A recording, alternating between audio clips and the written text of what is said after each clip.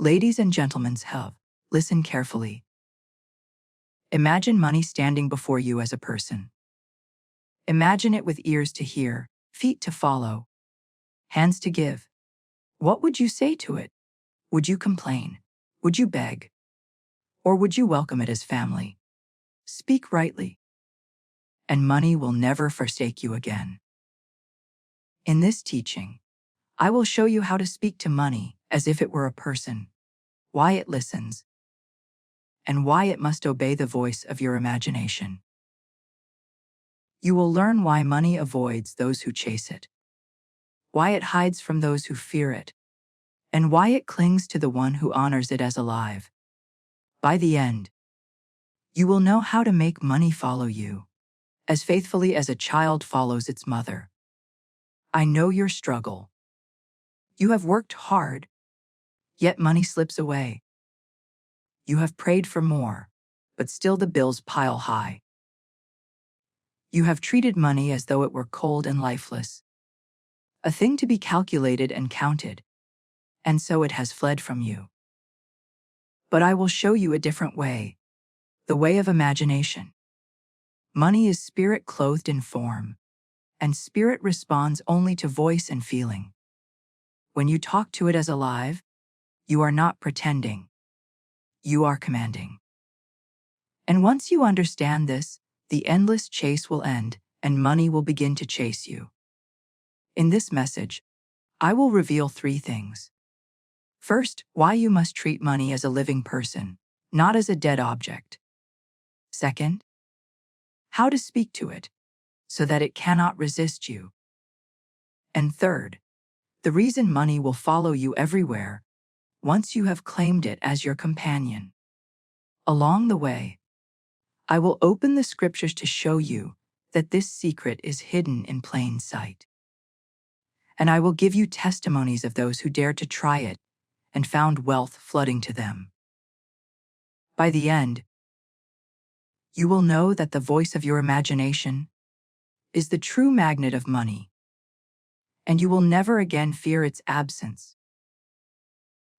You will see why lack was always an illusion, and why abundance was waiting all along for the sound of your command. Here's something most people completely miss. And it is the very reason they chase money for a lifetime, yet never feel its companionship. They believe money is dead. They think of it as numbers on a screen, ink on paper, cold coins in a jar. They treat it as if it were lifeless, as if it had no ear to hear, no heart to respond, no spirit to obey. And so when they beg for it, it does not answer. When they fear it, it flees. When they cling to it with trembling hands, it slips away. For who among us could ever cling to a corpse and expect warmth in return? Yet I tell you, money is not dead matter.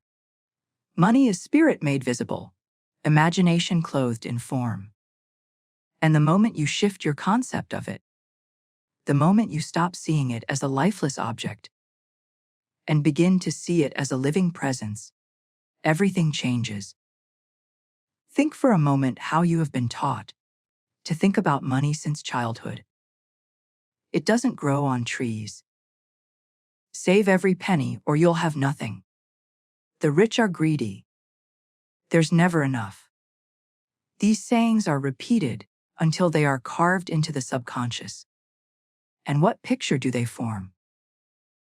They form the image of money as something scarce, something hostile, something cold and uncaring. And because imagination is the only reality, that image becomes your experience. You treat money as though it were unwilling, and so it flees. You treat it as though it were cruel, and so it bites. You treat it as though it were indifferent, and so it ignores you. The outer world is only the shadow of the inner concept. And if your concept of money is lifeless, then lifeless will be your bank account. I once knew a man who worked harder than any I had ever seen. He labored from dawn until dusk, saving every coin, tracking every expense, calculating every figure. Yet no matter how much he earned, the money seemed to vanish as quickly as it came. He lived in fear of bills, spoke of money as slipping through my fingers, and every time I saw him, he would mutter, "I can never hold on to it." Do you see the error? He had turned money into a thief, an enemy, a cruel master. He had personified it without realizing it, and his words were the decree of his imagination. And because assumption, though false, if persisted and hardens into fact, his world never changed until he changed his concept of money itself. Here is what I want you to see. Money is not object, it is relationship. If you treat it as dead, you will never feel its loyalty. But if you treat it as alive, you will discover that it longs to serve you. This is why I call this section Money as a Living Presence. For once you dare to speak to it as if it hears, once you dare to imagine it standing before you as a companion, you begin to unlock the law. Scripture does this again and again. Wisdom is spoken of as a woman crying in the streets. Sin is crouching at the door as though alive. Love and death and wealth are personified because everything in creation is imagination clothed in form. When you learn to speak to money as a person, you are not pretending, you are speaking the language of spirit. So pause now and ask yourself, how have you been speaking about money? What words have you carved into your inner mirror? Do you call it scarce, cruel, fleeting, or do you call it faithful, abundant, willing? That answer reveals why money has treated you as it has. For the way you speak to it is the way it answers you. And tonight, if you dare, you will begin to change the conversation. What I am about to share might seem counterintuitive at first, but once it takes root in you, it will transform the way you look at every coin, every bill, every balance in your account. You must see money as spirit. For everything you behold in this world is spirit clothed in form. Nothing is truly dead.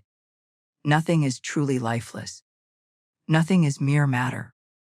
The entire universe is imagination pushed out, and imagination is not a cold principle, but the living God himself operating in you as your own awareness. When you look at money and see only paper and metal, you are deceived by appearances. When you look at money and think only numbers moving from one column to another, you have missed the mystery. Money is simply the condensation of consciousness, the visible garment of invisible spirit. To treat it as lifeless is to cut yourself off from its true source. To treat it as alive is to recognize that it flows from the same fountain of imagination that gave you breath and gave the stars their light. Think of it this way: a child who longs for attention, who desires to be seen and spoken to, will grow restless if ignored, will grow sullen if scorned. But the same child, when spoken to kindly, when honored with affection, will cling to you, will laugh with you, will follow you everywhere. So it is with money. When you fear it, when you scorn it, when you chase it as though it were unwilling, it grows restless and invidious. But when you speak to it as friend, when you honor it as a faithful companion, when you welcome it without shame, it draws near and refuses to depart. The same God who has personified love and wisdom in Scripture has clothed abundance in the form of money, waiting for you to speak to it as though it hears. I remember a student who told me she had always felt uneasy around money. She would say, "It frightens me. I don't know how to keep it. It disappears from me." And her life echoed those words every time she received more. Expenses rose to match. Unexpected troubles swallowed it up. I asked her to try an experiment. Each time she opened her purse, she was to say aloud, "You are faithful to me.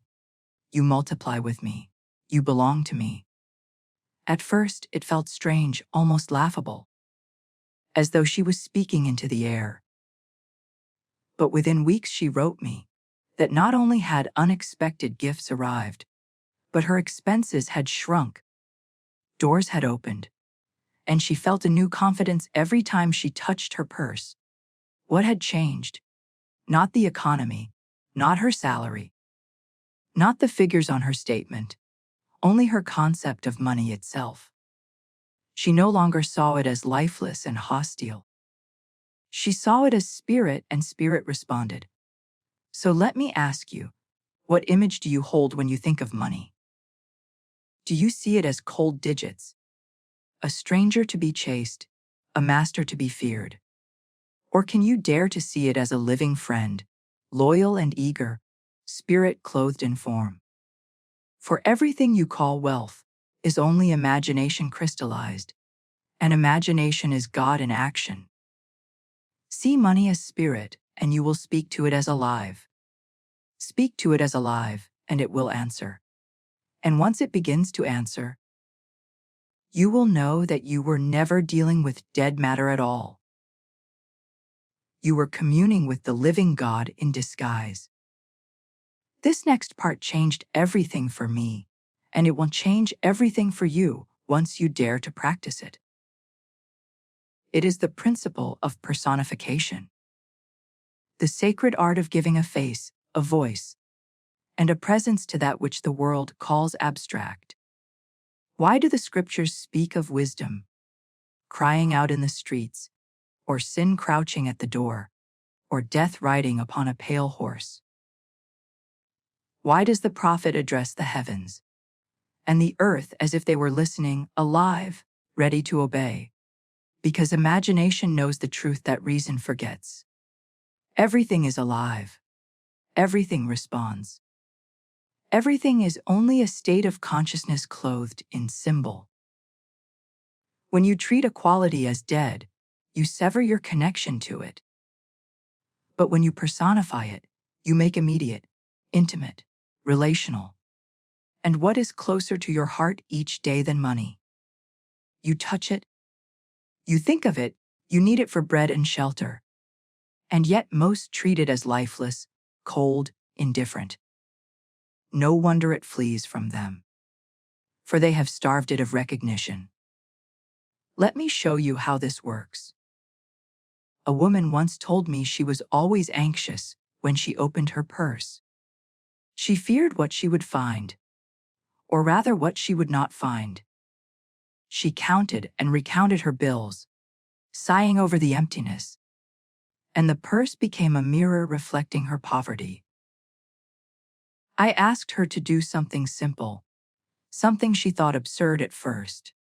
Each time she opened her purse, I told her, speak to it as though it were a loyal friend. Say, "You are always full. You are faithful to me. You multiply in my hands." She laughed at the idea, but agreed to try. Within a short time, she noticed not only that unexpected money began to come, but that her purse itself always seemed to have more than she remembered placing in it. Why? Because she had stopped treating it as a hollow bag and began treating it as a faithful companion. She personified it, and the personification awakened its obedience. This is why I say treat money as a servant, not as a master. Speak to it with authority, but also with to serve you, but only when you give it identity. Without identity, it is a shadow. With identity, it becomes responsive. Imagine money standing before you as a trusted friend. What would you say? Would you scold it? Complain that it always leaves you? Accuse it of never being enough? Or would you say, "I am glad you are here. I trust you. I honor you. You and I walk together"? The moment you change your speech, you change your relationship. And since the outer world is nothing more than the reflection of inner relationship, money in the outer must conform to the new role you have assigned it. So do not call this foolish or childish. It is the ancient practice hidden in Scripture. The mystery of addressing powers as though they were persons, for in imagination they are persons.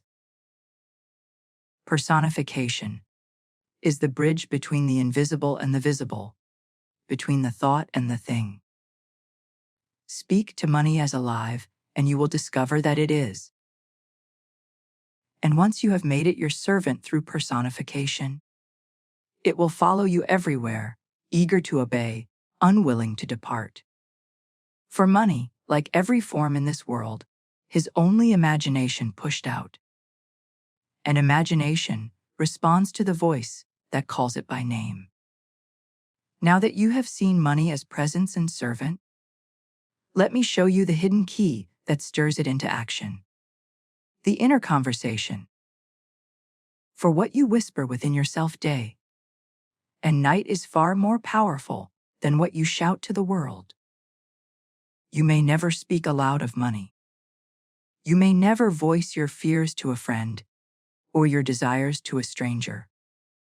But within in the secrecy of thought, you are always speaking. And those inner words are decrees. They are laws sent forth that must return with their harvest. When you look at money as a person, you begin to realize that all of your inner chatter is conversation with it.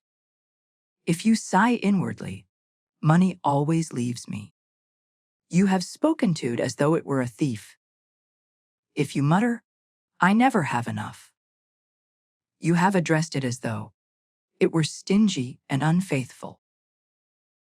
And because imagination is the only reality, money will take on the very character you gave it in that conversation and play it out in your world. But here lies the wonder. You can change the conversation. You can rewrite the dialogue. You can begin this very night to speak to money, as though it were the most loyal companion you ever knew.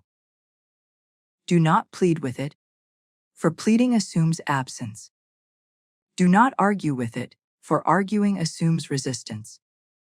Instead, speak as though you already share companionship.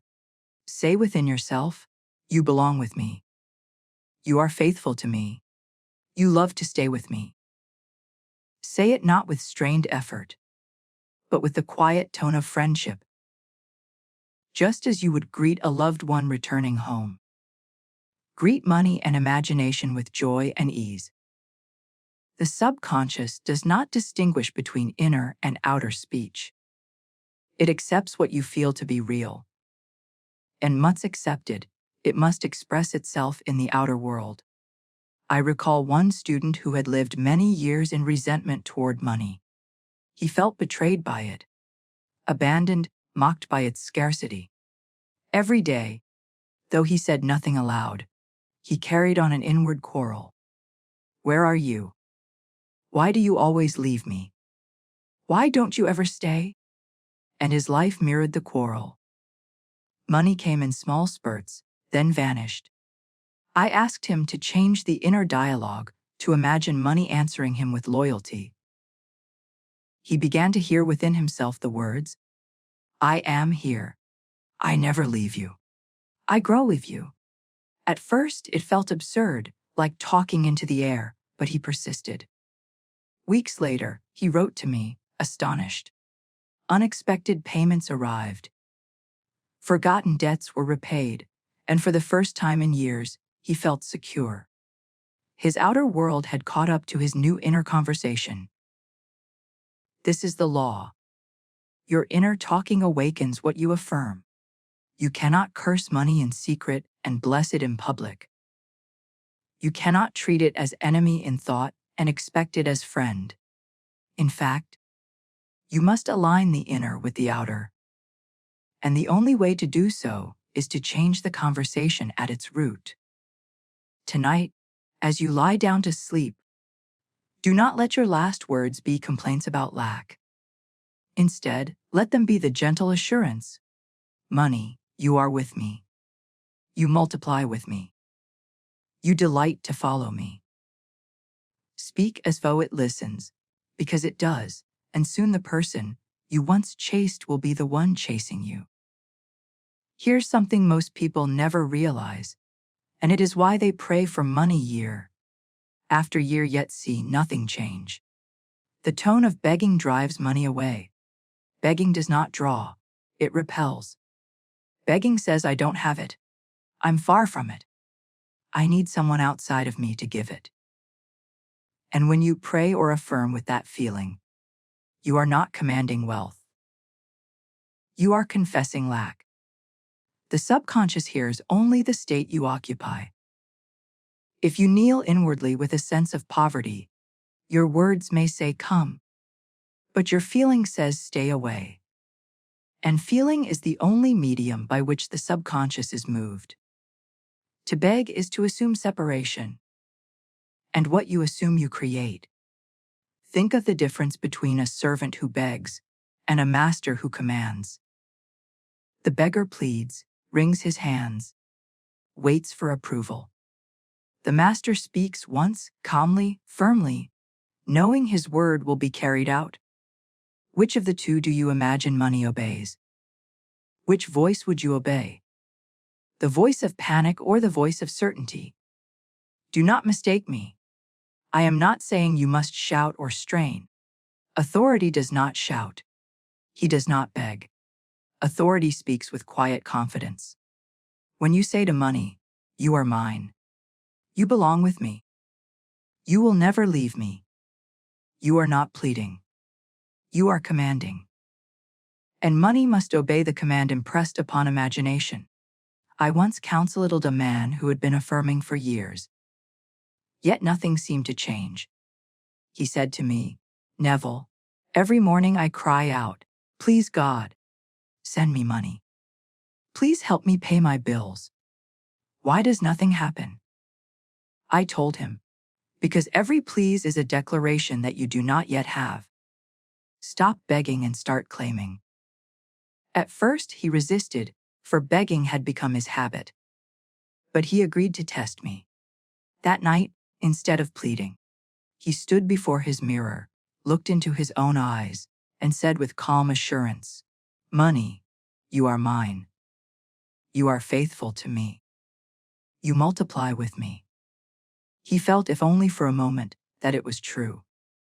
Within days, unexpected payments arrived, work opened, and the very bills that tormented him were cleared.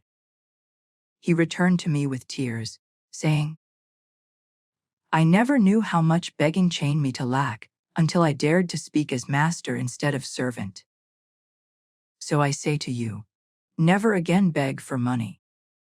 Do not plead with heaven as though heaven were deaf. Do not whimper at the world as though it had the power to grant or deny. Instead, speak with the tone of ownership. Speak as though money is already yours. Because in truth, all things already are. All things are yours, says the scripture. Begging denies it. Commanding affirms it.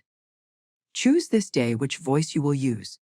If you beg, money will continue to flee. If you command with love and authority, money will follow you faithfully, for it has heard the voice of its master. And now, I must show you the gentlest part of this mystery, the part that turns what could feel like cold command into a living bond. The tone of friendship. For money, like every manifestation of spirit, does not respond only to authority. It also responds to affection. A master who commands without love breeds rebellion. A friend who invites with warmth breeds loyalty. If you speak to money as though it were a slave to be driven, you may see results for a time, but they will be brittle and short-lived. If you speak to money as though it were a dear companion, eager to serve, eager to stay, you will discover a flow that is natural, easy, and constant. Love draws, fear drives away. Honor attracts, contempt repels. Treat money as a living friend, and it will behave like one. Think of how you greet someone you cherish. You do not bark orders. You smile. You welcome. You acknowledge their value. You trust them. You make space for them in your life. Imagine now greeting money the same way. Not as a cold stranger, not as a capricious master, but as a trusted friend who always arrives when called, who delights to be in your company, who stays because it feels at home. When you pay a bill, do not sigh and say, "There goes my money." Smile inwardly and say, "Thank you for circulating through me. Thank you for returning multiplied." When you receive money, do not clutch it in fear, but welcome it as a guest. Speak to it kindly. Bless it as it comes and bless it as it goes. In blessing, you establish a bond. In blessing, you keep the channel open. A woman once told me she had always been harsh with money. She scolded it as she counted it, cursed it when it seemed not enough, spoke of it as though it were an unfaithful lover, and her experience mirrored her speech. Money came unpredictably, stayed briefly, and left with a sting. I asked her to change her tone. Each time she handled money, I told her, treat it as though she were handling a dear friend's hand. Speak softly to it. Say, "You are faithful to me. I honor you. You delight to stay with me." At first it felt absurd, but soon she noticed that money began to flow in more steadily. Her anxiety dropped and opportunities arrived unasked. She wrote to me saying, "I feel as though money and I are no longer enemies, but partners." That is the tone of friendship at work. Do not underestimate this. The law responds to feeling, and the feeling of friendship is one of the strongest attractors in the world. If you can bring to your relationship with money the same warmth you would bring to a beloved child or a faithful dog, you will find it returns with eagerness. This is not play acting. It is aligning your inner speech with the true nature of spirit. All things are alive. All things are states of consciousness. All things respond to love. When you treat money as a dear companion, speaking with quiet authority and genuine affection, it will not only obey, but it will linger. It will multiply. It will surround you. You will cease to be a beggar or a commander. You will become a friend. And in friendship, money will find its home with you. Now let me place into your hands the very words, the sacred phrases, the living decrees you can use to awaken this companionship and seal the bond forever. For though it is not the word alone, but the feeling behind the word that impresses the subconscious. Words are vessels. Words are carriers. Words are sparks that ignite the fire of imagination. The scripture declares, "By thy words, thou shalt be justified, and by thy words, thou shalt be condemned." Words shape the inner conversation, and the inner conversation shapes the outer world. If you continue to say, "I never have enough," you are condemning yourself to lack. If you dare instead to say, "I am wealth," you justify abundance into being. The outer world must mirror the inner decree. So what words should you speak to money? Speak to it as to a person. Address it by name. Say, "Money, you belong with me. You are faithful to me. You never leave me. You multiply with me." Say, "I am wealth. I am abundance.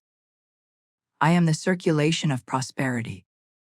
Do not say these as a mantra of fear, repeating desperately as though to force a change. Say them as a friend speaks to a friend, calm, certain, with the quiet tone of ownership. When you say, "I am wealth," you are not describing a condition. You are naming yourself with the name of God. When Moses asked, "What is your name?"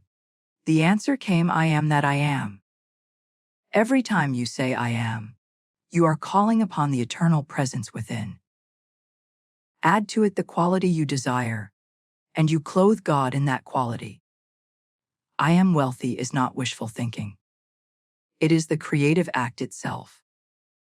I recall a man who used to speak constantly of money as though it were his enemy. He would say, "I can't hold on to it. It slips away.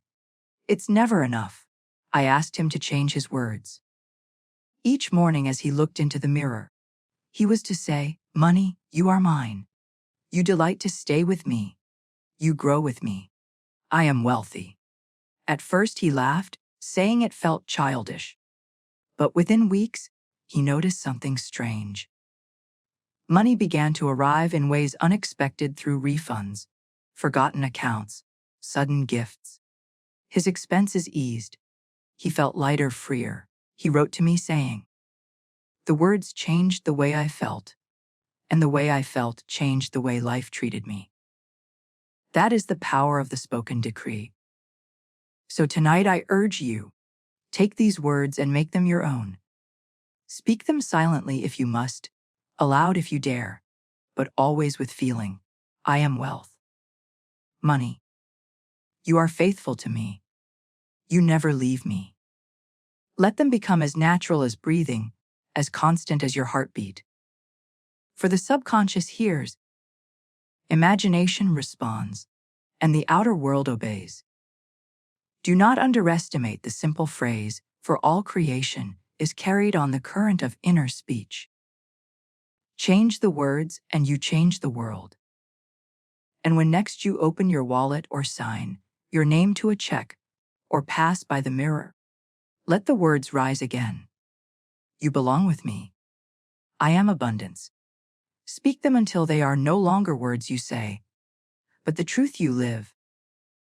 Then you will know that money is not your master nor your enemy, but your companion, obedient, faithful, and alive. What I am about to tell you now is the very heartbeat of this teaching. For without it, all the words we have spoken are but dry shells, empty sounds. It is the feeling that fills them, the breath that animates them, the pulse that turns them from idle speech into living creation. Feeling is the secret. When I say to you, speak to money as though it were a person, I do not mean only that you string together sentences or repeat affirmations like a parrot. I mean that you enter the state, that you step into the mood, that you allow yourself to feel what it would be like if your words were already true. For the subconscious does not hear words, it feels vibrations. It does not respond to the sound of language. It responds to the tone of reality accepted within. Imagine then the difference between one who says, "Money, you belong with me," with a heart still tight with fear, still trembling with doubt, still glancing at an empty account. And another who closes his eyes, breathes deeply, and feels the ease, the relief, the joy of a life where money already walks with him, already fills his hands, already multiplies at his touch. The first is reciting. The second is creating. The first is hoping. The second is claiming. It is this inner shift that marks the line between waiting forever and receiving. Now, I once met a man who had learned every affirmation he could find. He recited them morning and night, wrote them in journals, pasted them on his walls. Yet nothing changed. When he spoke, his voice trembled, his body tensed, his eyes searched for proof. He was trying to force the outer world without ever entering the inner state. I told him to stop repeating for a time and instead close his eyes. Take a single phrase, "I am wealthy," and live inside it. Feel the warmth of security, the calm of abundance, the gratitude of having more than enough. Let it become real for 5 minutes. Not as words, but as experience. He did. And within a month, unexpected opportunities unfolded, debts cleared, income doubled. He wrote me saying, "It was not the words, Neville. It was the feeling. For the first time, I felt it real. And then it came. This is what you must do. When you speak to money, speak as though it were already at your side. Feel its presence. Feel the ease of paying every bill with joy. Feel the freedom of never worrying again. Let your imagination furnish the scene. See the bank statement with surplus. Hear yourself telling a friend how easily it flows. Feel the weight of the notes in your hand. Do not postpone the feeling to some future day. Feel it now. Because feeling it now is the only way it can be planted in the subconscious. And once planted, it will grow of its own accord. So tonight, when you look at the word you have written on your mirror, do not stare with cold eyes. Step into the scene. Let your body relax as though the thing were already done. Breathe as the wealthy breathe. Walk as the wealthy walk. Talk as the wealthy talk. Feel as the wealthy feel. For you are not trying to attract money. You are becoming the state to which money naturally flows. Feeling is the secret. And when you marry the spoken word to the felt reality, you have sealed the union from which every miracle is born. Now let us go deeper. For words and feelings must not remain isolated sparks. They must join together to form an atmosphere, an environment, a climate in which you live and move all day long. This is what I call the atmosphere of companionship. It is not enough to declare in the morning, "Money, you belong with me," and then spend the rest of the day worrying if it will stay. It is not enough to feel for 5 minutes the joy of abundance, and then drown the other 23 hours in fear and doubt. No. The secret is to carry with you a constant mood, an unbroken awareness, as though money itself were walking beside you, sitting with you, resting in your very home. You must make of your inner world a place where money is always present, always welcome, always honored. Think of a shadow. Wherever you go, it follows. You do not beg it to stay. You do not wonder if it will disappear. You move and it moves with you. You never doubt it because it is inseparable from your body. This is how you must see money. It is not a stranger that comes and goes at whim. It is your shadow, your companion, your constant presence. When you rise in the morning, imagine it rising with you. When you walk into a store, imagine it walking beside you. When you lie down at night, imagine it resting under your roof. Speak to it as to a faithful friend. I am glad you are here. I am grateful you never leave me. We are together always. If you can hold this atmosphere not as strain, not as forced imagination, but as natural companionship, you will find that money in its outer form begins to mirror that faithfulness. Opportunities, gifts, payments, increases, they will all appear because the inner atmosphere demands outer expression. I remember one student who had long feared money's absence. Every day she would say, "I hope it comes. I hope it stays." But her atmosphere was anxiety. Her air was lack. And so money came and went like a fickle guest. I asked her to practice a different mood. Instead of hoping, I told her to walk as though money were already her closest friend. Each time she entered her home, she was to imagine greeting it. Each time she set a table, she was to picture it seated with her. Each time she lay down to rest, she was to feel it watching over her. Slowly the fear dissolved, replaced by a quiet joy, as though she were never alone. And soon the outer confirmed the inner. Steady income, unexpected gifts, a flow that remained. She wrote me. It feels now as though money loves me, as though it delights to be with me. That is the atmosphere of companionship at work. So I say to you, stop treating money as a visitor to be chased or trapped. Begin to treat it as a companion that cannot be separated from you. Live in that atmosphere. Breathe that air. Carry that awareness. And soon you will no longer ask, where is it? For you will know as surely as you know your own shadow that it is here. It is with you. It is faithful. And when the outer world rises, to prove it with overflowing accounts, with open doors, with abundance that follows you everywhere. You will smile, for you will recognize that you had already been living with it, all along in imagination. Now let us move into the secret art that fuses imagination and dialogue into one living act. The practice of visualization as conversation. For it is not enough to speak to money and then leave the dialogue one-sided as though you were calling into an empty room. True conversation is mutual.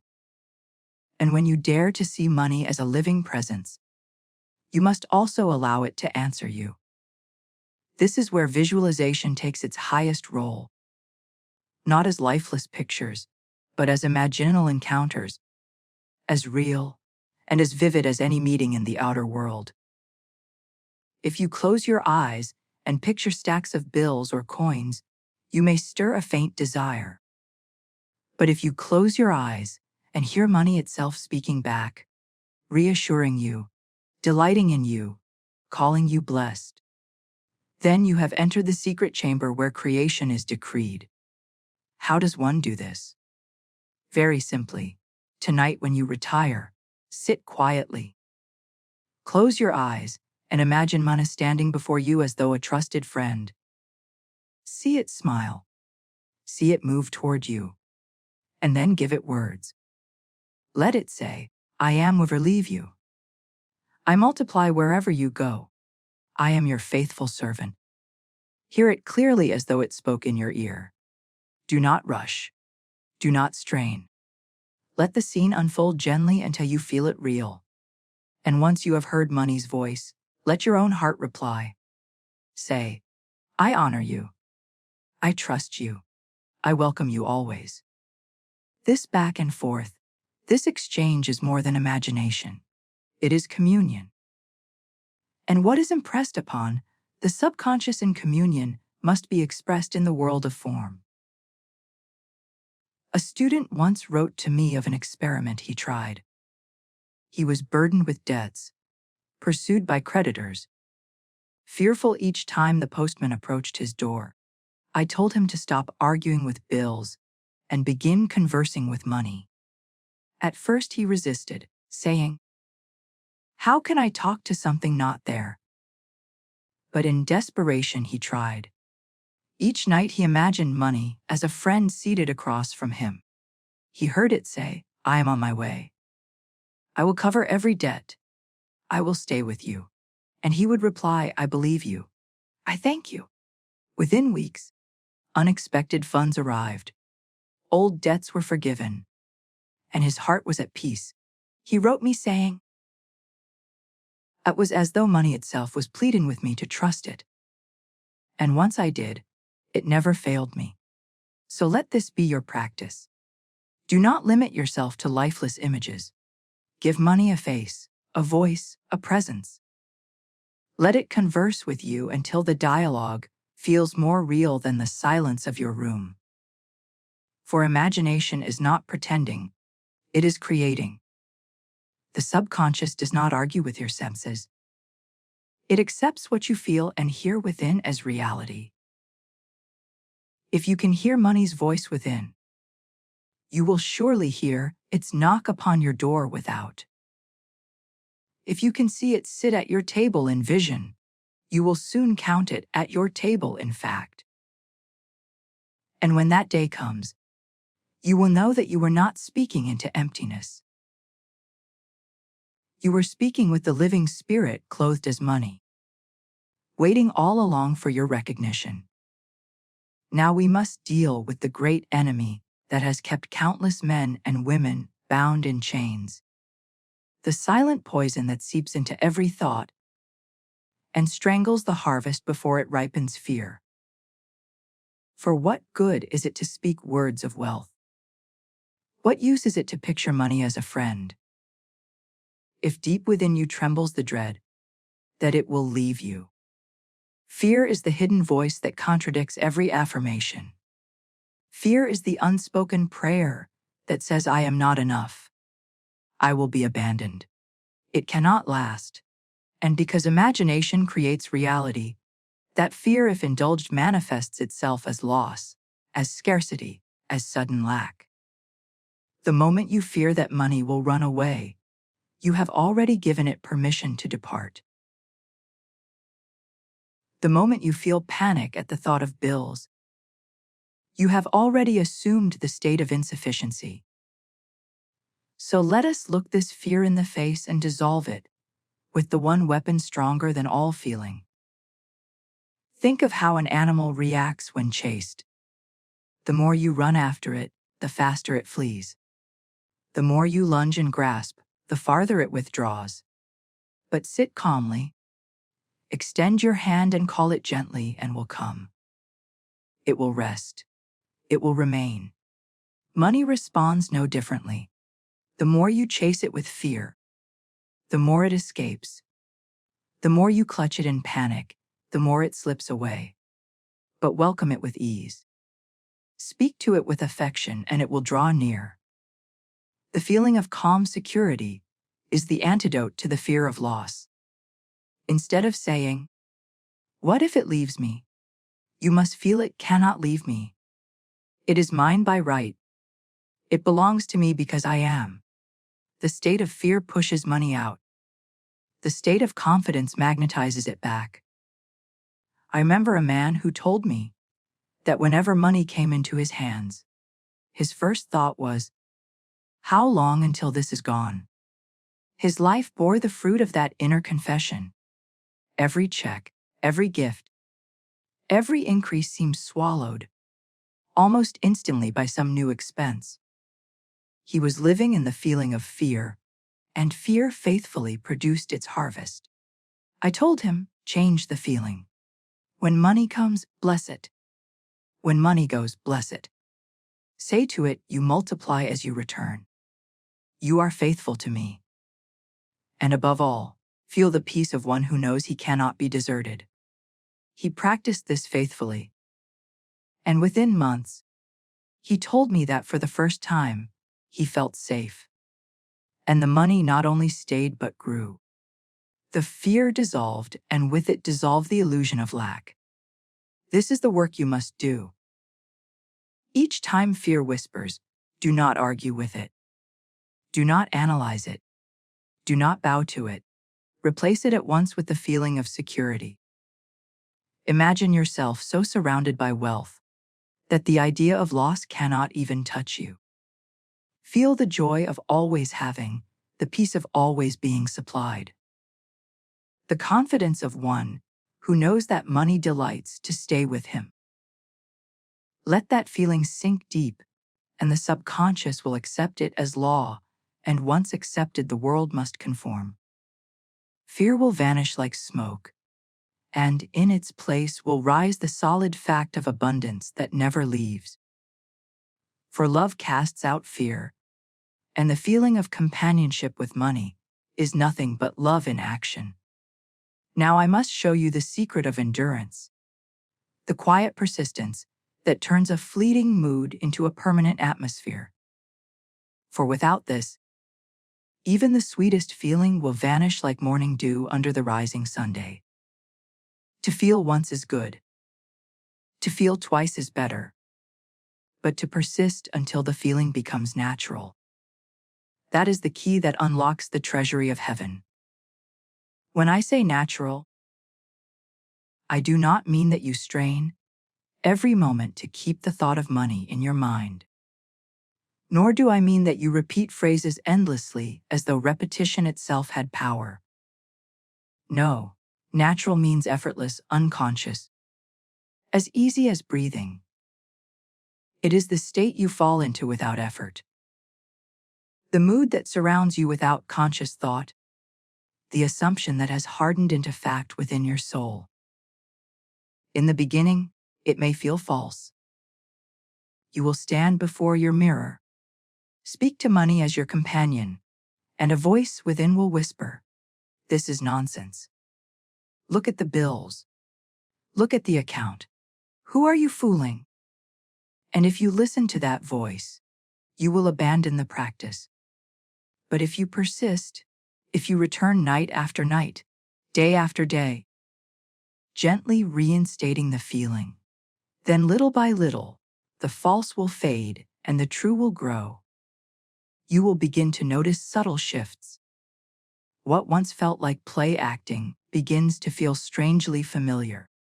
What once seemed like imagination begins to feel like memory, and the day will come when you no longer need to remind yourself, for the state has become natural. You wake in the morning already feeling wealthy. You walk through the day already secure. You retire at night already grateful. The practice has dissolved and the identity has taken root. A merchant once wrote to me of this very process. At first, he said, every affirmation of wealth felt like a lie.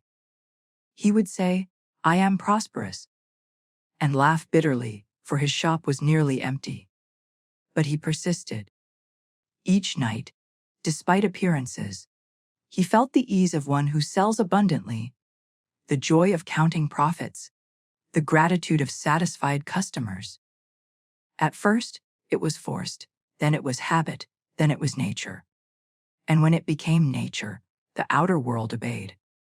His shop filled, his business thrived, his life reflected the inner state. He told me, "Neville, it no longer feels like I am becoming wealthy. It feels like I have always been wealthy, and the world is simply catching up." That is persistence until natural.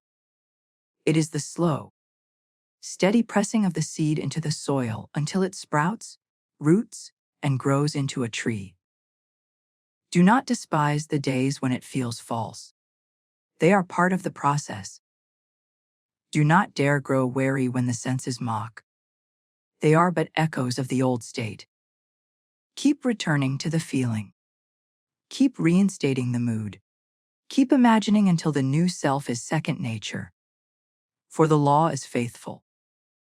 An assumption, though false, at first it persisted and will harden into fact.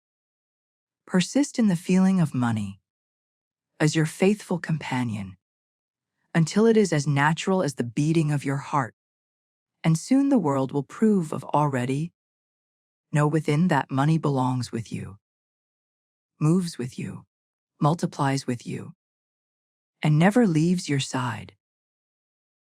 Now that you have clothed yourself in the feeling of companionship with money, let us look at how this unseen relationship makes its way into visibility. For here lies the mystery of what I call the bridge of incidents. Many wonder, if I speak to money, if I feel it with me, how does it actually arrive?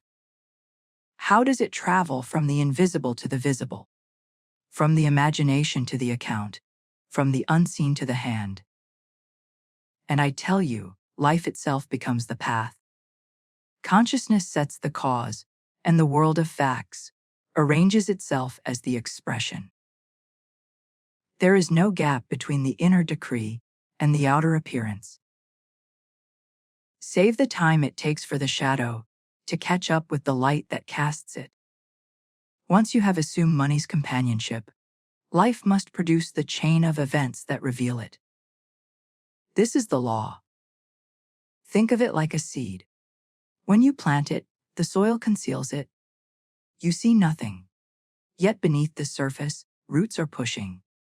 Life is stirring. The unseen is already at work. Then one morning, almost without warning, the sprout breaks the ground. So it is with money's path to you. At first, nothing seems to change. The bank balance looks the same. The bills still arrive. The outer picture remains as it was. But unseen, the bridge is being laid. A forgotten account is being released. A man is remembering your name.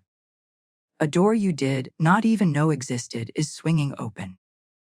And when at last the sprout breaks, the dead soil, when money appears in hand, you will see that the path was being prepared all along.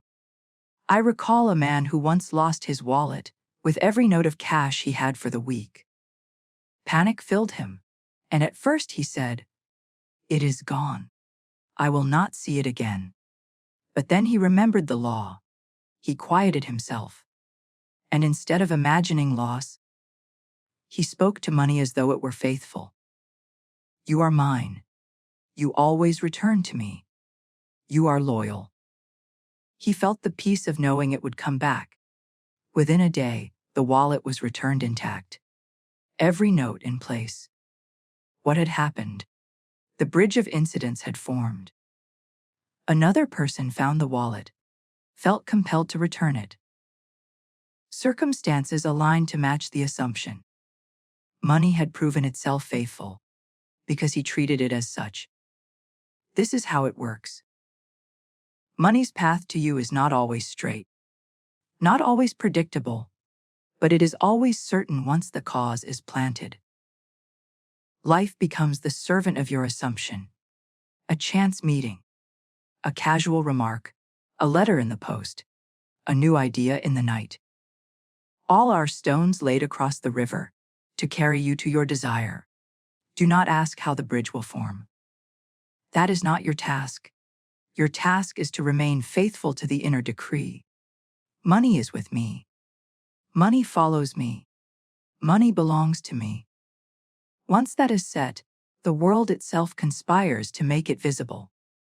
And when you look back, you will marvel. For the path will seem so perfect that you will know no human mind could have planned it. Only imagination, the God within. You could have woven such a bridge. So walk calmly, confidently, knowing that unseen hands are arranging all things. Do not fret if you cannot see the steps ahead. Do not doubt if the ground seems bare. The path is forming, the bridge is rising, and money is already on its way to you. Here is where many falter, though they have begun well, though they have planted the seed and felt the joy of companionship with money. For when they open their eyes, the outer world often seems unchanged. The bills still arrive in the post. The balance still looks lean. The debt collector may still knock. And in that moment they stumble, saying to themselves, "Perhaps I was foolish. Perhaps nothing is happening. Perhaps I must return to fear." And the very state they once abandoned is picked up again. And the seed is torn from the soil. This is why I must tell you, ignore the outer lack. Turn your gaze away from it. Refuse to give it the honor of your attention. For the outer world is but the echo of yesterday's belief, the shadow of last week's assumption. The corpse of an old self that no longer lives. To measure your progress by what the outer shows is to stare at the shadow and forget the light. Think of the dawn. The sun has already risen beyond the horizon. Yet the valley below may still be covered in darkness. If you judged only by the valley, you would say, "The night is still here." But lift your eyes and you see the first rays breaking over the hills. Proof that the night is already defeated. So it is with your assumption of wealth. The inner sun has risen. The word has been spoken. The seed has been planted. The fact that your valley still looks dark means nothing. It is already morning in the unseen. The light is on its way. Ignore the darkness, for it is passing.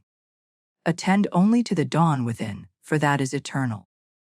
I recall a student who told me he could not persist because every time he looked at his accounts, they shouted poverty at him. I said, stop looking at them for a season. Close your eyes instead. See what you wish to see, not what the figures claim. Treat those numbers as yesterday's news. They belong to a man who is already dead.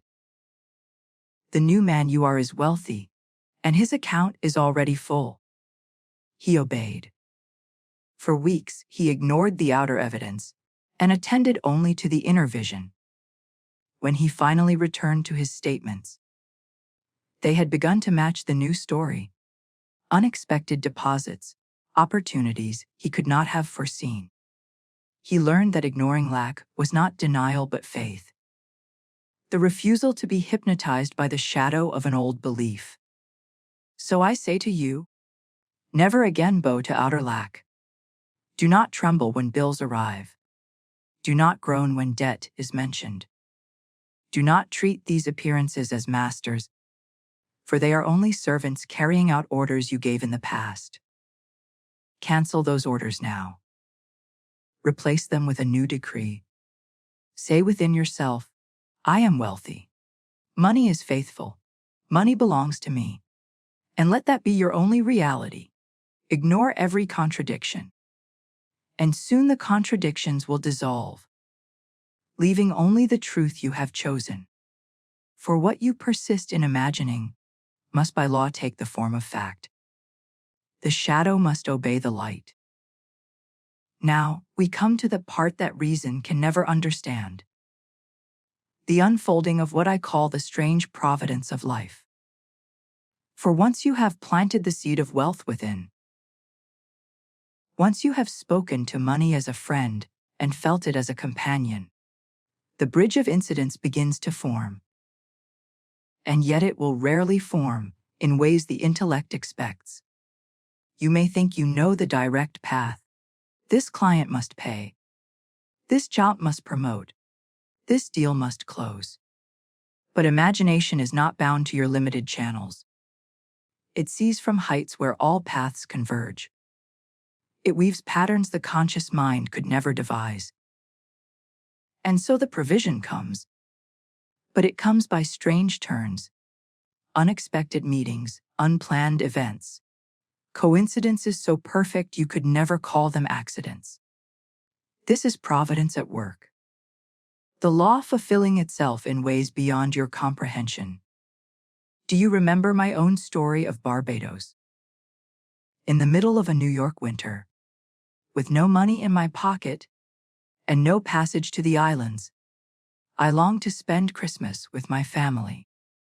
The senses declared it impossible. Reason mocked to desire.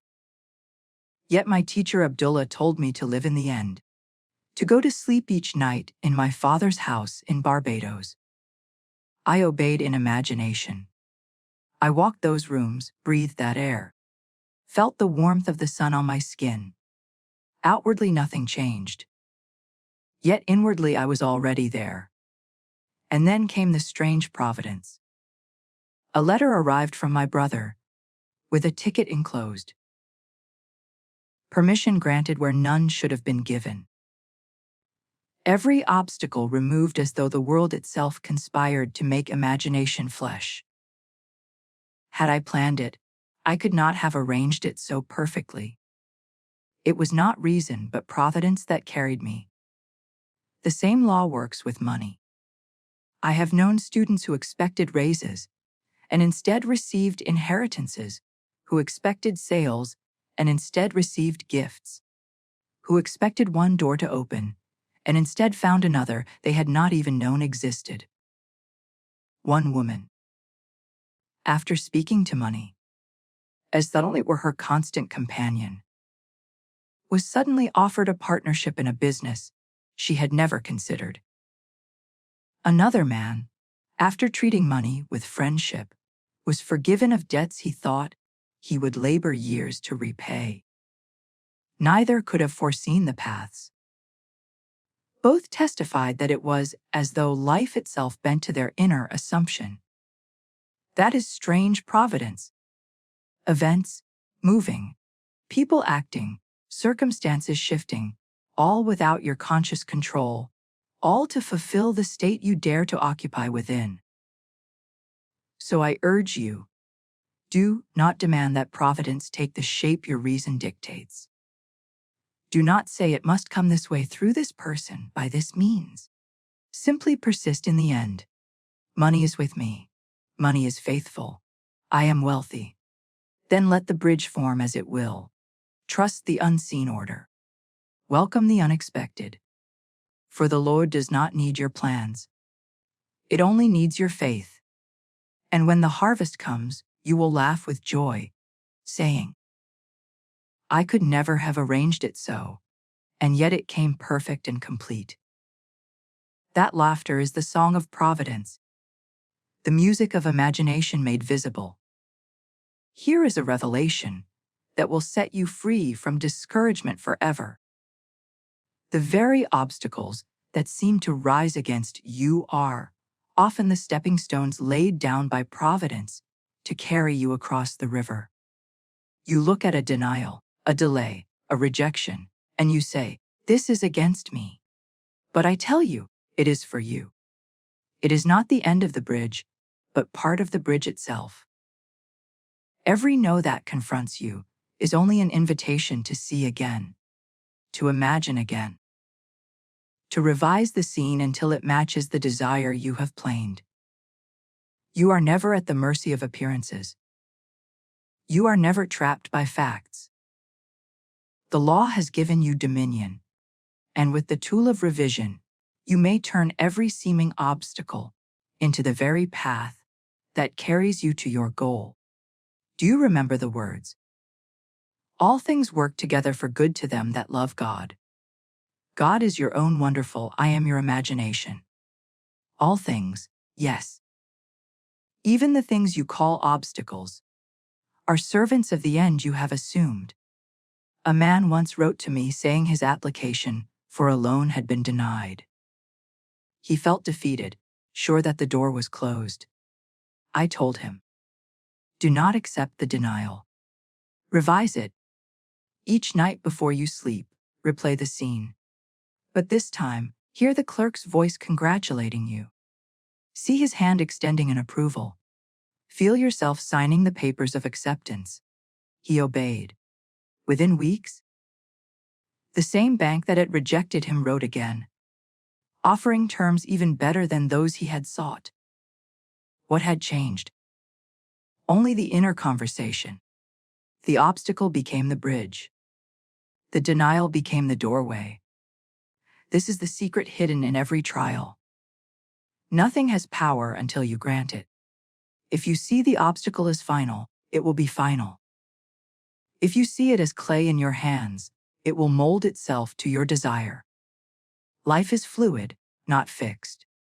Every fact is only a shadow of belief, and belief can be revised. So when the outer world rises up to contradict your inner decree, do not collapse. Smile and say within yourself, this too is for me. This too will serve me. Then go into the silence, revise the scene, feel the wish fulfilled, and return in peace. Soon the very stone that once tripped you will become the step that lifts you higher. So I urge you, never again curse obstacles. Bless them. They are not enemies but allies in disguise. They are the raw material of the bridge that imagination builds. Each seeming setback is only an invitation to persist more deeply, to see more clearly, to claim more boldly. And when the day comes that money stands before you in abundance, you will look back and realize that every obstacle was part of the path. Every denial was a hidden yes. Every denial was a preparation for a greater fulfillment. Then you will know that nothing was ever against you. For all things are subject to the voice of imagination. Now let me lead you into the final strength, without which no bridge can be crossed. No promise can be realized. No seed can bear its harvest. The power of persistence until fulfillment. For many begin well. They plant the word. They feel the joy. They even walk a little way upon the bridge of incidents. But when the world delays, when the senses mock, when the first winds of contradiction blow, they grow weary and abandon the journey. They say, "It has been too long. Perhaps it does not work for me." And so they return to the old state, and the bridge they had begun to walk dissolves beneath their feet. But if they had persisted, if they had held fast, even when nothing seemed to move, the end would have come. For the law cannot fail. An assumption, though false at first, if persisted in, will harden into fact. It is not the brilliance of the first moment, but the quiet faith of endurance that brings the promise into view. Think of a compass needle pointing north. The ship may rock, the storm may rage, waves may crash, winds may howl, yet the needle is steady. It never points south, never turns to east or west. It is fixed. So must your inner eye be fixed upon the end you have assumed. Let the outer world shake. Let the evidence contradict. Let the bills pile or the debt collector call you, remain fixed. Saying within, money is my companion. Money belongs to me. I am wealthy. Each time you return to this North Star, you strengthen the bridge. You lay another plank. You advance another step. Persistence is not straining, not desperate repetition, not frantic effort. Persistence is steady faith, quiet certainty, the refusal to be moved by shadows. I recall a woman who desired security after years of struggle. At first she felt the joy of imagining abundance. But as days passed with no change, doubt crept in. She told me, "Neville, I almost gave up. But then I remembered your words that persistence is the key." So I kept at it. Each night I felt secure. Each morning I greeted money as a friend, though nothing outward seemed to shift. She did this for weeks, then months. And one day, quite suddenly, opportunities poured in. A new position, unexpected gifts, debts cleared. She wrote, "It felt as though nothing was happening. And then all at once, everything happened." That is the fruit of persistence. Quietly, invisibly, the seed was ripening. And when the season came, the harvest was swift and full. So I say to you, do not measure the time. Do not ask, "How long must I wait?" The very question implies doubt. Instead, hold the end as though it were already fact. Walk each day with the calmness of one who knows the promise cannot fail. Let every outer contradiction be fueled for deeper faith. For every no in the world is powerless against one yes, spoken in imagination and held until the end. Persist and fulfillment is certain. Abandon, and you must begin again. The choice is yours and the law is faithful. If you hold the state, if you remain in the end, the day will come when you look around and realize you are living what you once only felt. And in that moment, you will bless the persistence that carried you across the bridge. Now we must lift our eyes higher. For though money is a faithful servant and a delightful companion, it is not the end of the journey. It is a signpost along the way, a shadow of a greater reality, a temporary blessing pointing to the eternal promise. Do not misunderstand me. There is nothing wrong with wealth, with comfort, with abundance.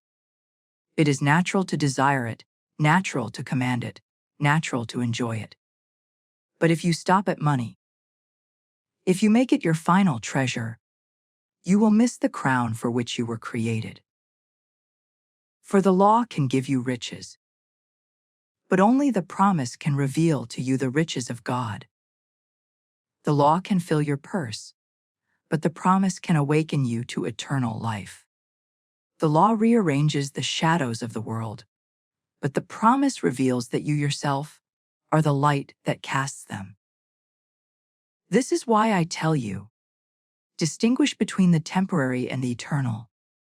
Money is useful, but it is not ultimate. It can pay bills, but it cannot give meaning. It can clothe the body, but it cannot reveal the soul. It can buy bread, but it cannot unveil the bread of life. When you practice the law, when you speak to money as a person and feel it as a companion, you are proving the creative power of imagination. You are learning that the inner world is cause and the outer world is effect. And this knowledge is precious, for it frees you from fear. But beyond the freedom from fear lies a greater freedom. Still the freedom that comes when you awaken to your true identity as God Himself. That is the promise that is eternal. I remember when the promise first broke upon me in vision. I had practiced the law. I had taught others to use it. I had seen abundance flow in countless lives. But then, without warning, the greater gift came. I was lifted into experiences no money could purchase, no bank could contain, no ledger could measure.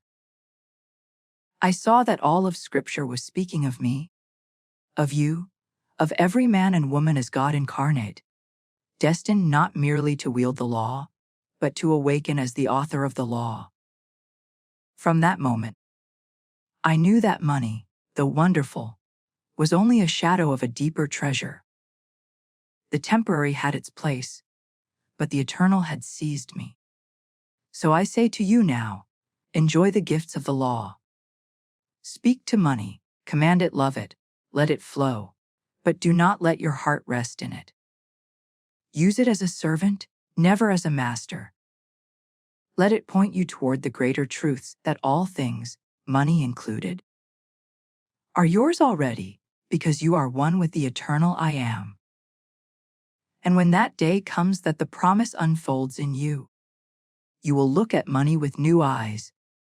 You will no longer cling to it, no longer fear it, no longer worship it. You will smile at it as you smile at a friend, glad for its company, but knowing that your true treasure is within. Then you will be free indeed. For the temporary will have given way to the eternal, and you will know yourself, not merely as rich in coin, but as rich in God. Now let us press even deeper. For beyond the temporary gift of money, and beyond even the endless bridges of providence, there lies the very heart of this mystery awakening to the eternal I Am. For all the personifications you have practiced, all the conversations you have held with money, all the feelings of companionship you have nurtured were not merely for the sake of wealth, though wealth they surely bring. They were preparations, rehearsals, shadows pointing to the substance. For what you are really being trained to see is that all along you were speaking, not to something outside yourself, but to your own being clothed in form, waiting for recognition. When you say money, you are faithful to me. What you are really saying is I am faithful to myself. When you say you belong with me, you are confessing that all things already belong to the I Am. For the true person you are addressing is God in you, the only living presence there is. This is the revelation of the promise. It is not given by effort nor achieved by technique, but it breaks upon you, suddenly like lightning in the night, revealing that every name you ever called wealth, health, love, money was only another garment of the one eternal name. And that name is I Am. It is the burning bush that never consumes itself, the eternal presence that answers every question with the same reply. I am that I am. When this awakens in you, the world is no longer a collection of objects, but a living mirror of states. And you know beyond doubt that you are not the beggar asking, nor even the master commanding, but the God who imagines and therefore creates. I remember the night when this truth burst upon me. I had known the law. I had seen it work again and again. But then I was lifted into a vision in which the Son of God stood before me. And in that moment, I knew myself to be the Father. I knew that the I that declares I am is eternal, uncreated, indestructible. I saw that money, like every other form, was only a servant, a symbol, a temporary reflection of that one eternal being.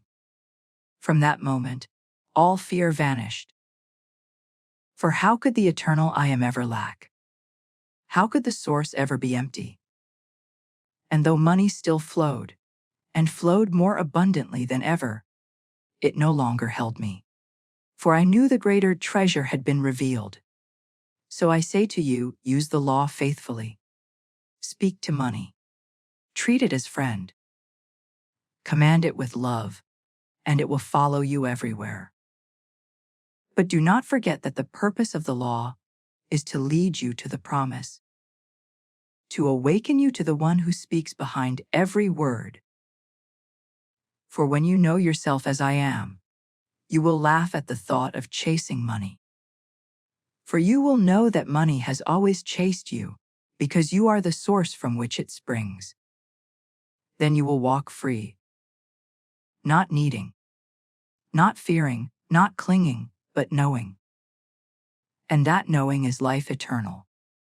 And now let us come to the final stage of this great journey. The place where the law has served its purpose, and the promise has dawned within you. The place where you no longer depend upon money, no longer chase it, no longer even concern yourself with its comings and goings. For once you awaken to I am, once you taste the eternal treasure that lies within, money becomes what it was always meant to be, a servant, a shadow, a tool to be used but never to be worshipped. Dependence vanishes, because you know that all things flow from you, not to you. You cease to live in fear of loss. For how can the source ever run dry? You cease to count and hoard, for the fountain does not measure each drop. It overflows by nature. You cease to cling to money as though it were your life, for you have found life in yourself, in the eternal I am. Think of a king in his palace. Does he count each coin in his treasury with trembling fingers? Does he wake at night fearful that his wealth will vanish? No. He knows that the kingdom is his by right, that the wealth is secure, because his position is secure. He may not even know the exact sum in the vaults, but he rests in confidence, for the kingdom itself belongs to him. So it is with the awakened man. He no longer frets over the balance of his account, no longer begs for raises, no longer panics at bills. He knows that he is the source, that wealth is his by nature, that abundance flows from the state he occupies. He may use money, he may welcome its flow, but he is not dependent on it. For he rests in the greater truth, that all mine are thine and thine are mine. I once knew a student who practiced the law with great diligence. He spoke to money, treated it as a friend, felt it as his companion, and wealth indeed began to follow him. Yet even as his accounts grew, he still feared losing it, still clung to it, as though it alone secured his life. Then one day, in a moment of stillness, he felt the vastness of I am rise within him. He realized that even if every coin vanished, he could create again, for the power was not in the money, but in the imagination that gave it form. From that day he lived freely. He used money, he enjoyed it. He blessed it, but he no longer depended on it. He depended only on I am. And from that freedom wealth multiplied without effort. For the grasping hand had been opened, and the fountain could flow unblocked. So I tell you, When you reach this stage, you will know peace beyond all understanding. You will no longer ride the highs and lows of fortune, for you will have anchored yourself in the eternal. Money may come, money may go, but you remain unshaken, for you are the source from which all rivers spring. This is true mastery, not in having great sums, though they will be yours, but in knowing you are greater than all sums. You are the I am that clothes itself in any form it desires. Then you will live not in dependence but in dominion, not as a servant of wealth but as its master. Free, fearless, and fulfilled. And now, my friend, we come to the close of this great revelation, but not to the end of the journey. For truth has no end. Tonight I have shown you that money is not a cold object, not lifeless metal, not mere numbers upon a screen, but a living presence. A servant clothed in form, waiting to be addressed. I have shown you that your inner words, the conversations you carry within your own heart, are the prayers that shape your world. And that by speaking to money as a person, as a companion, as a friend, you draw it near, you bind it to you. You cause it to walk with you wherever you go. You have seen that fear drives it away, but love attracts it. You have seen that begging keeps you in lack, but commanding with the authority of I am brings obedience. You have seen that feeling is the secret, that the words alone are powerless, without the mood that matches them, and that persistence until the feeling becomes natural is the surest path to fulfillment. You have seen how the bridge of incidents forms, sometimes in strange providence, sometimes through obstacles that become bridges themselves, always in perfect order to carry you to the end you have assumed. And beyond all this, you have glimpsed the greater truth that money, though useful, is temporary, and that the true treasure is the promise, the awakening to the eternal I am, in whom there is no lack, no dependence, no fear. So I leave you with this charge. Go this night to your mirror. Go to your quiet place and speak to money as though it stands before you, living, breathing, listening. Say to it, you belong with me. You are faithful to me. You multiply with me. You never leave me. Do not beg. Do not plead. Do not doubt. Speak with the calm authority of one who knows the truth, and then feel the reality of it as though it were already done. Let that feeling carry you into sleep. And when you wake, carry it with you as an atmosphere. Treat money with honor, with love, with friendship, and you will see it begin to treat you the same. It will cease to be a stranger you chase, and become a companion who follows you everywhere. And when it comes, as it surely will, do not cling in fear, but rejoice in freedom, knowing that the greater treasure is not the gold in your hand, but the God within your being who made it appear. And if you would go further, if you would learn how to erase the chains of the past, how to redeem every mistake, how to dissolve every old debt of mind and circumstance, then I tell you there is one practice above all that will free you. It is called revision. For what if old deaths still whisper in your ear? What if memories of failure still pull at your heart? What if the past seems to bind the present in chains? Revision is the key that breaks them, the power that rewrites history. Thank you.